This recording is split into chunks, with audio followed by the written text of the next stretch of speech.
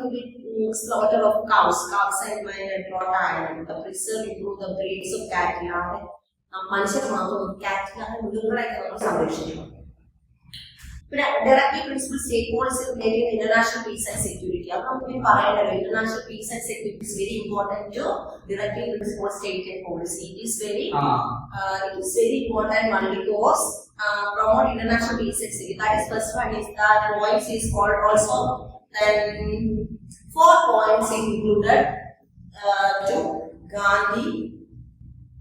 Directly principles the same also related to international peace and security. Okay, directly principles also related to international peace and security. അന്താരാഷ്ട്രപരമായ ശാന്തിയും സമാധാനവും നമുക്ക് വേണം. അതും എന്തിൽ ഉൾപ്പെടുന്നു എന്ന് പറയുന്നത് related to directly principles. Okay, അപ്പൊ അതിനുള്ള എന്താ അതിൽ കൊടുക്കുന്ന 4 എക്സ്ട്രാ പോയിന്റ് ആണ്. Promote international peace and security. എല്ലാവർക്കും അന്താരാഷ്ട്രപരമായിട്ട്, അതായത് ഒരു രാജ്യം ഒരു സംസ്ഥാനത്ത് മാത്രമല്ല, 14-15 സംസ്ഥാനങ്ങളുണ്ട്. അവിടുത്തെ വാർഡ്, പഞ്ചായത്ത്, ഇഷ്ടം പോലെ കോമൺ പീപ്പിൾ ഉണ്ട്. അവർക്കൊക്കെ ഇന്റർനാഷണൽ പീസ് ആൻഡ് സെക്യൂരിറ്റി കൊടുക്കുക. Maintain just and honourable relation between nations. അത് രാജ്യങ്ങൾ തമ്മിൽ നല്ലൊരു ഹോണറബിൾ അഭിമാനം അല്ലെങ്കിൽ നല്ല കോപ്പറേറ്റീവ് അല്ലെങ്കിൽ നല്ല സത്യസന്ധമായിട്ടുള്ള ഒരു റിലേഷൻ പടുത്തുവെക്കുക. പിന്നെ foster respect in international laws and treaty obligations. രാജ്യങ്ങൾ തമ്മിലുള്ള ട്രീറ്റി, അവർ തമ്മിലുള്ള ലോസ്, ഇന്റർനാഷണൽ നിയമങ്ങളെല്ലാം അംഗീകരിക്കുക. എൻകറേജ് റെസ്പെക്ട് ചെയ്യുക. അംഗീകരിച്ചിട്ടില്ലെങ്കിൽ നമ്മൾ അംഗീകരിക്കണം. അതല്ലാതെ പത്തുള്ള നമ്മൾ അംഗീകരിക്കേണ്ട സംഭവം. പക്ഷെ എന്ത് ചെയ്യണം, നമ്മൾ റെസ്പെക്ട് ചെയ്യണം. Encourage settlements and international dispute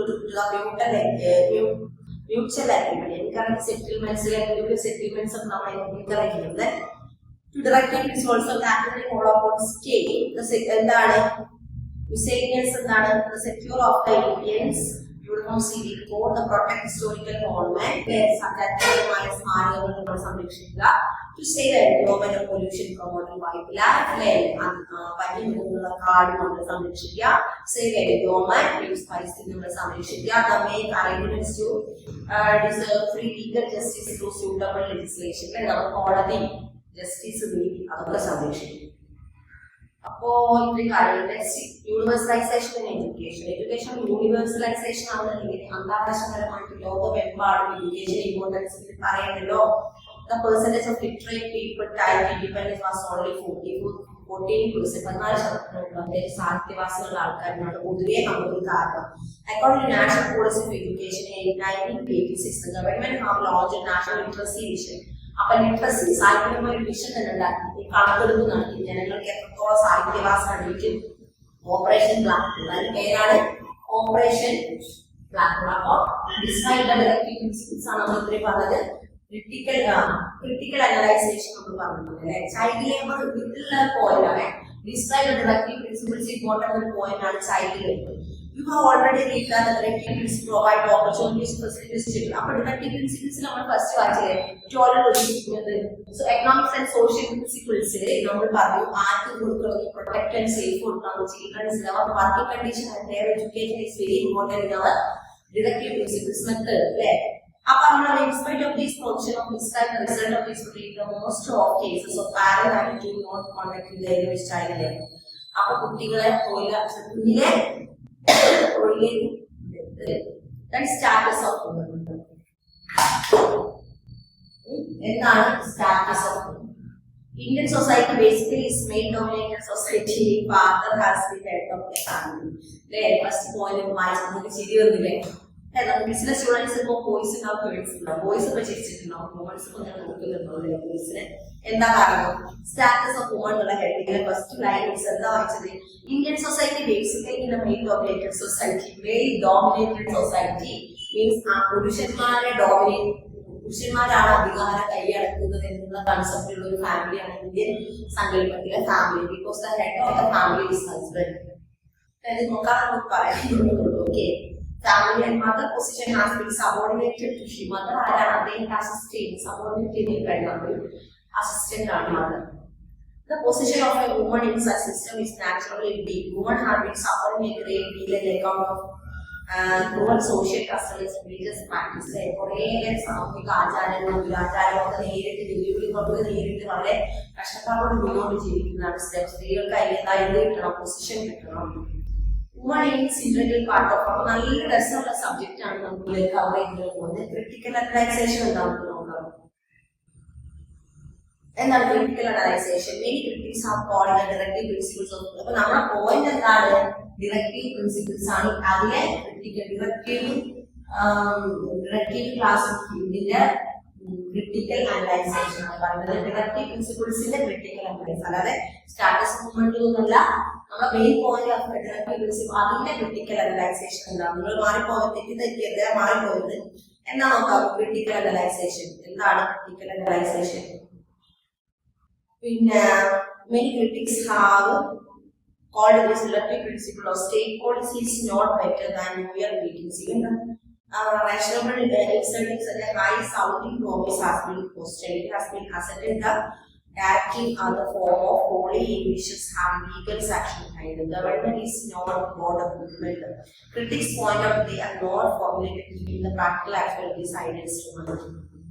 okay, directive പ്രിൻസിപ്പിളിന്റെ സ്റ്റേറ്റ് പോളിസിയായി ബന്ധപ്പെട്ട കാര്യങ്ങളൊന്നും ഇതിൽ വീക്കാണെന്ന് പറയുന്നത്. Despite all this, it cannot be said that the principles are absolutely useless. ഇതിലുള്ള പ്രിൻസിപ്പിൾസ് ഒക്കെ absolutely useless ആണ്. അങ്ങനെ പറയാൻ പാടില്ല. മിസ്സുകളാണ്. കാരണം ഗാന്ധിജിയുടെ പ്രിൻസിപ്പിൾസ്, ഗാന്ധിയുടെ പ്രിൻസിപ്പിൾസ് പിന്നെ വാർഡ് പഞ്ചായത്ത് പദ്ധതികളെ നമ്മൾ ഡിസ്കസ് ചെയ്തല്ലേ. അപ്പൊ അതൊന്നും യൂസ്ലെസ് ആയിട്ടാണ് പറയുന്നത്. ഓക്കെ, അപ്പൊ ഇത്രയും കാര്യങ്ങളാണ് directive principle of state policy and fundamentals. Okay, നമുക്ക് ഡിസ്കസ് ചെയ്യാനുള്ളത്. നെക്സ്റ്റ് നമുക്ക് ഡിസ്കസ് ചെയ്യാനുള്ളത് ഫീച്ചേഴ്സ് ഇന്ത്യൻ ഫെഡറൽ സിസ്റ്റം. എന്താണ് ഇന്ത്യൻ ഫെഡറൽ സിസ്റ്റം നമുക്ക് നോക്കാം. ഓക്കെ, അപ്ലൈ ചെയ്യാം. ഇന്ത്യൻ ഫെഡറൽ സിസ്റ്റം എന്നാണത്. എന്താണ് ഇന്ത്യൻ ഫെഡറൽ സിസ്റ്റം എന്ന് പറഞ്ഞാല്? പിന്നെ the federal setup is a tool of the government with assigned powers and functions. കുറെ പവേഴ്സും ഫങ്ഷൻസും ഒക്കെ കൂടിച്ചേർന്ന സംഭവമാണ് Indian federal system. Nature of federal system discuss ചെയ്യാനുണ്ട്. ഓക്കെ, റിട്ടൺ കോൺസ്റ്റിറ്റ്യൂഷൻ ആദ്യം തന്നെ അറിയാം. Federal constitution trembled minds of members of Constitutional Assembly. This question cannot be answered. The Constitution in India adopted federal features. എന്താണ് federal system? നമ്മുടെ Indian constitution follow up ചെയ്യുന്ന സിസ്റ്റമാണ് federal system. Okay, federal system is the Indian constitutional system. It also adopted the federal features. It also included the federal features. And though is not in fact claimed that establishing federation is the most of the Indian constitution. Okay. അപ്പോൾ Indian constitution related ചെയ്തിട്ടുള്ള നമ്മുടെ Indian constitution എന്തിനെ base ചെയ്തിട്ട് it is an Indian federal system. Okay, it is a our constitution is a written constitution. It is a written constitution. Written constitution means the most important features of federation is the constitution should be written one. The most federal system it is Indian constitution. Indian constitution പേരാണ് federal system എന്ന് ആലോചിച്ചാൽ Indian constitution it is എന്താണ് വ്യക്തമാണ്. അതാണ് main ആയിട്ട് ഈ point എഴുതിയാൽ മാത്രമേ നിങ്ങൾക്ക് മാർക്ക് സ്കോർ ചെയ്യാൻ പറ്റൂ. It is A Indian constitution follow the Indian federal system that is written constitution. Indian constitution is A written constitution. It is വേറെ ഒന്നുകൂടി പറഞ്ഞാൽ written constitution. It is written constitution division of power supremacy and judiciary ഇതൊക്കെ നമ്മുടെ constitution nature Indian federalism നമുക്കുള്ളത് കേട്ടോ. Okay, it is a rigid constitution. Amending the constitution in federal system is normally rigid. Indian constitution provides that some amendment requires special majority. Some amendments has to pass a majority. Some amendment must be the 50% state. After this procedure, amendment is signed by the head of the state. Okay, president sign ചെയ്താൽ ഓരോ amendment അംഗീകാരത്തിലേക്ക് പോകും. Division of power ഉണ്ടാകുന്നില്ല. In our constitution there is a clear division of power. Okay, ഇതിലെ features ആണ് miss പറഞ്ഞത്. Nature of financial revolution, administrative revolution എന്താണെന്ന് നോക്കാം.